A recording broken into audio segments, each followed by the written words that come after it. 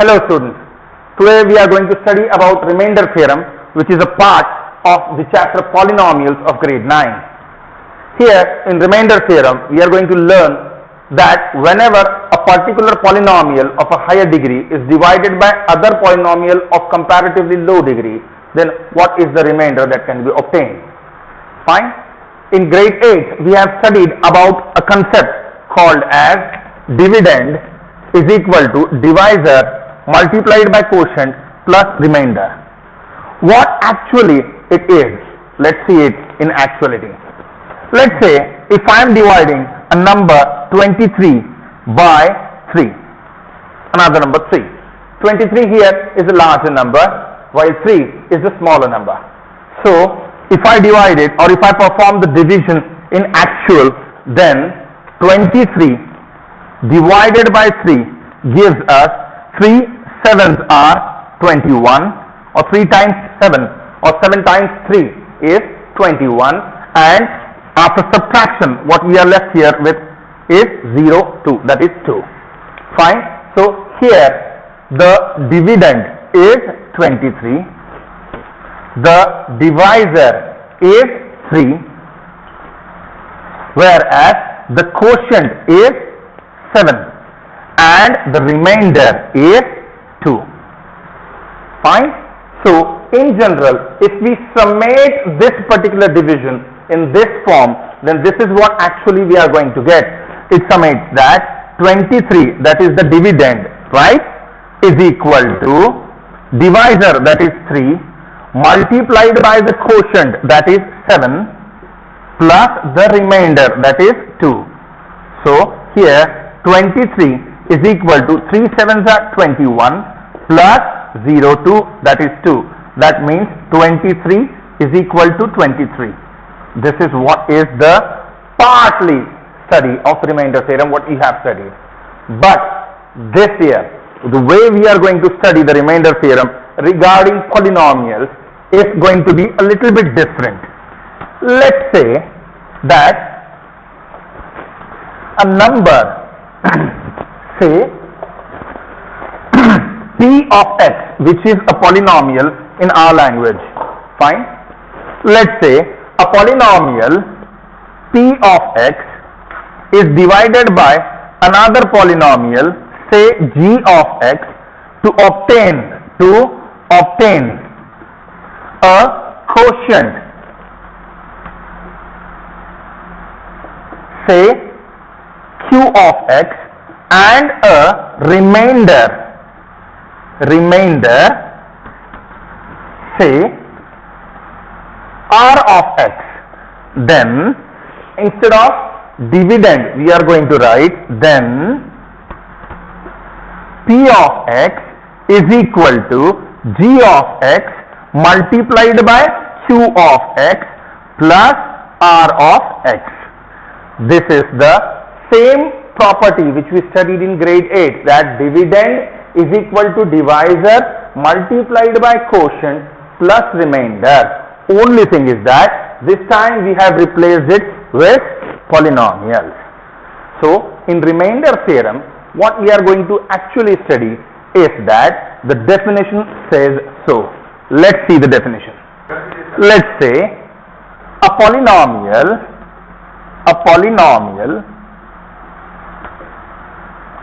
p of x is divided by another polynomial, another linear polynomial, say x minus a, to obtain a quotient q of x and a remainder r of x. Then by remainder theorem p of x is equal to x minus a multiplied by q of x plus r of x. This is our remainder theorem.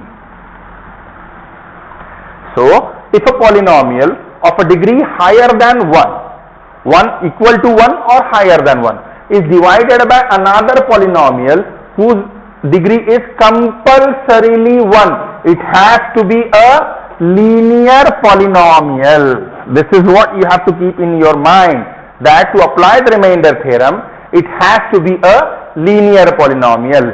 Then P of x is equal to x minus a into q of x plus r of x.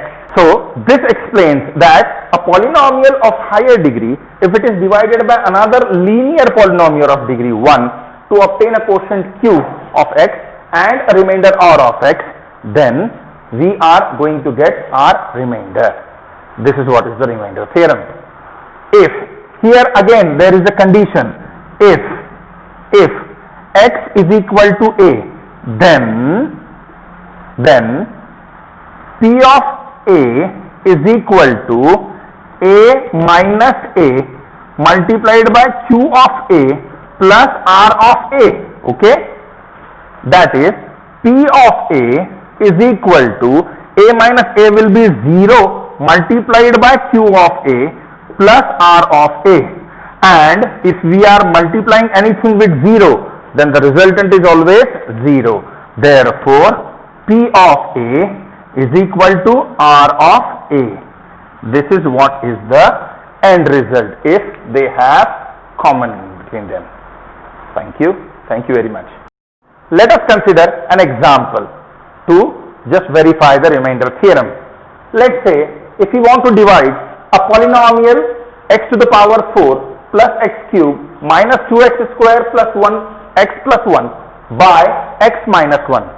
Here the polynomial of higher degree is the polynomial which is going to get divided, or what we call as dividend, and x minus 1 is the polynomial which is going to divide our dividend, that is, it is called as divisor.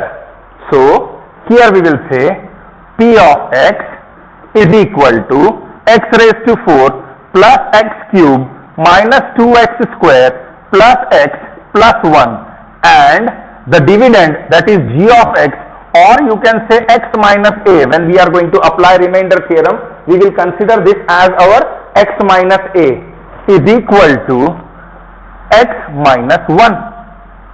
Now there are two methods. We are going to verify both of them. One is our traditional method which we have learned in grade 8 also, that is the long division method, right? And another one is the remainder theorem which we just now studied. But for that we will have to verify whether our divisor is a linear polynomial or not. Is it? Yes. The degree of x is 1. The degree of this polynomial, that is divisor, that is g of x, that is x minus a, is 1. That is, it is a linear polynomial. So we can apply the remainder theorem over there. As earlier I have stated and emphasized that it has to be a linear polynomial which is going to divide the given polynomial, then and then only the remainder theorem will be applicable, right? So let's check by both the methods. First we are going to follow our traditional method, that is the long division method. Let's check. X raised to 4 plus x cube minus 2x square plus x plus 1 getting divided by x minus 1. The art of war, the traditional art of war, it states that the first man fights with the first man. The first person in front fights with the first person in front. So here we should be concerned about getting x to the power 4 divided by x to the power 1. Rest will be followed. So to bring or to convert x into x raised to the power 4, what I have to do, this is the rough side, okay, don't consider it. X raised to 4 upon x, that will give me x raised to the power 3. Ultimately I will have to divide it by x to the power 3, or I will have to multiply x by x raised to 3. So x raised to 3 into x becomes x raised to 4. So our prime objective to fight with the first digit comes into play. Now rest is followed. So x cube minus x becomes minus x cube. On subtracting it, the signs are going to get changed. Always mention them, minus into plus. The signs of these two which are following, they are going to get changed. Minus into plus becomes minus, minus into minus becomes plus. So our resultant is x raised to power 4 and x raised to power 4 gets cancelled because this is in plus, this is in minus. However, x cube and henceforth this to be considered as plus x cube becomes 2x cube. The rest follows them. Bring it down, bring it down, bring it down. So this becomes minus 2x square plus x plus 1. Again, first man first or first people first. So now the war is between 2x cube and x. So how are we going to solve that? 2x cube. Again to the rough side I am going. You are not supposed to write in this fashion. 2x cube upon x will give you 2x square. Right? So if we multiply x, this x with 2x square, then what we are going to get? Plus 2x square into x gives us plus 2x cube. Both of the signs should be same. Again, it will be followed by plus 2x square into minus 1 becomes plus 2x minus 2x square. So, on subtraction, this sign becomes minus and this sign becomes plus. 2x cube and 2x cube gets cancelled. Minus 2x square plus 2x square. This also gets cancelled.